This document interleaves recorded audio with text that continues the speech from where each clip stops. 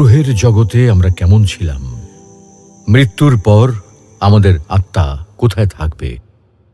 প্রিয় দর্শক, আজকে আমরা একটি অত্যন্ত গুরুত্বপূর্ণ বিষয় নিয়ে আলোচনা করব, আর সেটি হচ্ছে রুহের জগতে আমরা কেমন ছিলাম, মৃত্যুর পর আমাদের আত্মা কোথায় থাকবে। আদিতে আল্লাহ রাব্বুল আলামিন একাকী ছিলেন, কোনো কিছু সৃষ্টি করেননি। অতঃপর তিনি ইচ্ছা করলেন মহাবিশ্ব সৃষ্টি করবেন, মাখলুকাত সৃষ্টি করবেন। তখন তার মহা ইলমের মধ্যে মানুষ সৃষ্টির পরিকল্পনা ছিল। পরিকল্পনা মোতাবেক তিনি সকল মানুষের রূহ সৃষ্টি করলেন, আর এই রূহগুলিকে সৃষ্টি করে যে জগতে রাখলেন তাকে বলা হয় আলমে আরওয়াহ বা রুহের জগৎ। আল্লাহ তাআলা মানুষের জন্য 4টি জগৎ নির্ধারিত করে রেখেছেন। ইসলামিক স্কলারদের মতে এই 4টি জগৎ হচ্ছে: 1 আলমে আরওয়াহ বা রুহের জগৎ, 2 হচ্ছে দুনিয়ার জগৎ, 3 আলমে বারজাখ বা কবরের জগৎ, এবং 4 আখিরাতের জগৎ। মানুষের জীবন এই 4টি জগৎ নিয়ে গঠিত এবং প্রতিটি মানুষকে এই 4 জগৎই অতিক্রম করতে হবে। আমরা প্রথমে আলমে আরওয়াহ বা রুহের জগতে ছিলাম, সেখান থেকে দুনিয়ার জগতে এসেছি। তারপর একদিন এই দুনিয়া ছেড়ে আলমে বারজাখ বা কবরের জগতে চলে যাব। অতঃপর সেখান থেকে অন্তহীন আখিরাতের জগতে প্রবেশ করব। প্রিয় দর্শক, আজকে আমরা রুহের জগৎ নিয়ে বিস্তারিত আলোচনা করব ইনশাআল্লাহ। আলমে আরওয়াহ বা রুহের জগৎ কি? আলম আরবি শব্দ যার অর্থ জগৎ। আরওয়াহ শব্দটি রুহ শব্দের বহুবচন যার অর্থ আত্মা সমূহ। সুতরাং আলমে আরওয়াহ অর্থ হচ্ছে রুহের জগৎ। প্রচলিত অর্থে আলমে আরওয়াহ বলতে রুহের বাসস্থানকে বোঝায়। মহান আল্লাহ রাব্বুল আলামিন মানবকুলের রুহ সৃষ্টি করে যে জগতে রেখেছিলেন সেই জগৎকে বলা হয় আলমে আরওয়াহ বা রুহের জগৎ। সেখানে শুধু মানুষের রুহ ছিল, কোনো দেহ ছিল না, কোনো আকার ছিল না, কোনো আকৃতি ছিল না। মানুষের দেহ সৃষ্টি করার পূর্বে আল্লাহ রাব্বুল আলামিন রুহ বা আত্মা সৃষ্টি করেছেন। আল্লাহ রাব্বুল আলামিন রুহ সৃষ্টি করার পর সমস্ত রুহকে একত্রিত করে প্রশ্ন করলেন, আলাস্তু বিরাব্বিকুম, আমি কি তোমাদের প্রভু নই? তখন সমস্ত রুহ এক বাক্যে জবাব দিল, অবশ্যই আপনি আমাদের প্রভু। এই ঘটনাটি পবিত্র কোরআনুল কারীমে এভাবে এসেছে। আল্লাহ তাআলা বলেন, وَإِذْ أَخَذَ رَبُّكَ مِنْ بَنِي آدَمَ مِنْ ظُهُورِهِمْ ذُرِّيَّتَهُمْ وَأَشْهَدَهُمْ عَلَى أَنفُسِهِمْ أَلَسْتُ بِرَبِّكُمْ قالوا بلى شهدنا أن تقولوا يوم القيامة إنا كنا عن هذا غافلين। ওই সময়ের কথা স্মরণ করুন যখন আপনার পালনকর্তা বনি আদমের পিঠ থেকে তাদের সন্তানদের বের করে আনলেন এবং তাদের কাছ থেকে তাদের নিজেদের ব্যাপারে সাক্ষ্য নিলেন যে আমি কি তোমাদের পালনকর্তা নই? তারা বলল, অবশ্যই আপনি আমাদের পালনকর্তা।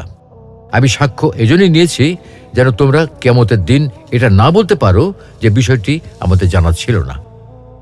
উল্লেখিত আয়াত থেকে এই কথাটি স্পষ্টভাবে বোঝা যায় যে মানুষের দেহ সৃষ্টি করার পূর্বে আল্লাহ রাব্বুল আলামিন রূহ সৃষ্টি করেছেন। রূহ সৃষ্টি করে আল্লাহ রাব্বুল আলামিন তাদের সাথে কথা বলেছেন এবং তাদেরকে প্রশ্ন করেছেন, আমি কি তোমাদের প্রভু নই?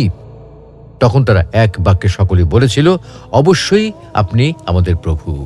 তাই বলা যায় যে রুহের জগতে কেউ কাফের ছিল না, কেউ মুশরিক ছিল না, সকলেই মুমিন ছিল। রুহের জগতে আল্লাহ তাআলা মানুষের কাছ থেকে তার রুবুবিয়ত বা প্রভুত্ব সম্পর্কে ওয়াদা নিয়েছিলেন।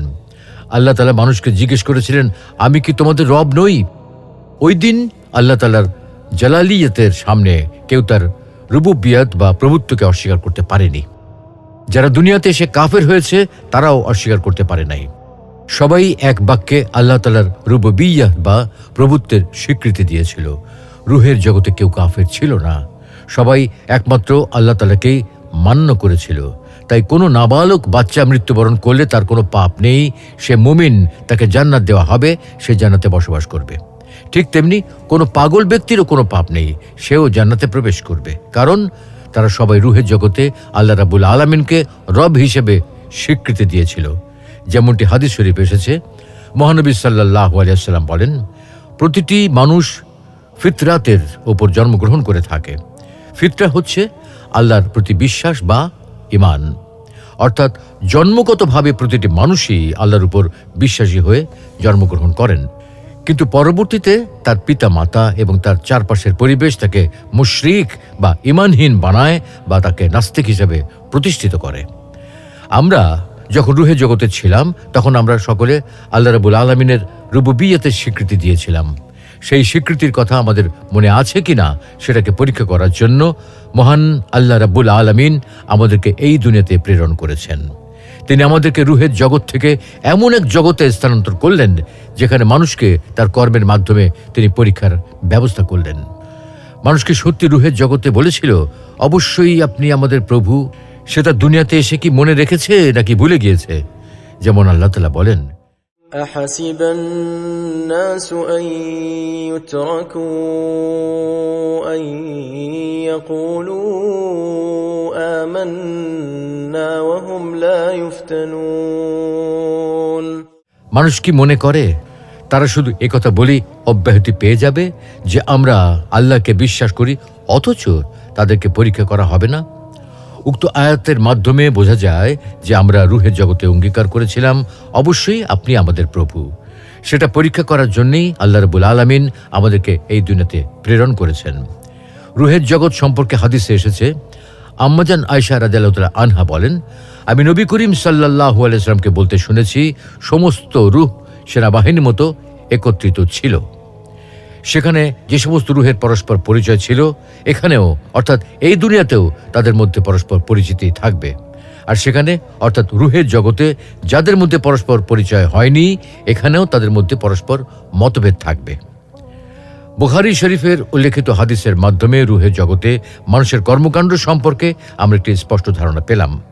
কেউ কেউ বলেন যে মানুষ সৃষ্টি 2000 বছর পূর্বে আল্লাহ তাআলা রুহ সৃষ্টি করেছেন। প্রকৃতপক্ষে যে হাদিসের উদ্ধৃতি দিয়ে দেহ সৃষ্টির 2000 বছর পূর্বে রুহ সৃষ্টির কথা বলা হয়, সেই হাদিসটি সঠিক নয়। আবার কোন কোন ইসলামিক স্কলার বলেন, আলমে আরওয়াহ বা রুহের জগৎ বলতে আসলে কোনো জগৎ নেই। প্রকৃতপক্ষে রুহ হচ্ছে মহান আল্লাহ রাব্বুল আলামিনের একটি আদেশ মাত্র। মানুষ যখন তার মাতৃগর্ভে বেড়ে ওঠে এবং তার দুনিয়াতে আসার উপযুক্ত সময় হয়, তখন মহান আল্লাহ রাব্বুল আলামিনের নির্দেশে তার দেহের ভিতর রুহ ফুঁকে দেওয়া হয়। তাই বলা যায় যে রুহের জগৎ বলতে কোনো জগৎ নেই। তারা দলিল হিসেবে আল কোরআনের এই আয়াত উল্লেখ করে থাকেন। ويسألونك عن الروح قل الروح من أمر ربي وما أوتيتم من العلم إلا قليلا। তারা আপনাকে রূহ সম্পর্কে জিজ্ঞাসা করে, আপনি বলে দিন, রূহ আমার পালনকর্তার আদেশ মাত্র। এ বিষয়ে তোমাদেরকে সামান্য জ্ঞানী দান করা হয়েছে। উল্লেখিত আলোচনার মাধ্যমে আমরা বলতে পারি যে আলমে আরওয়াহ বা রুহের জগৎ সম্পর্কে মূলত মহান আল্লাহ রাব্বুল আলামিনই সবচেয়ে ভালো জানেন, কেননা এটি একটি গায়েবী বিষয়। অতএব এ বিষয় সম্পর্কে আমরা আল কোরআন ও বিশুদ্ধ হাদিসের বর্ণনার মাধ্যমে যতটুকু জানতে পেরেছি তার উপর ঈমান রাখি, বিশ্বাস স্থাপন করি। এর চেয়ে অধিক আর কিছু আমরা বলতে পারবো না। মৃত্যুর পর আমাদের আত্মা কোথায় থাকবে?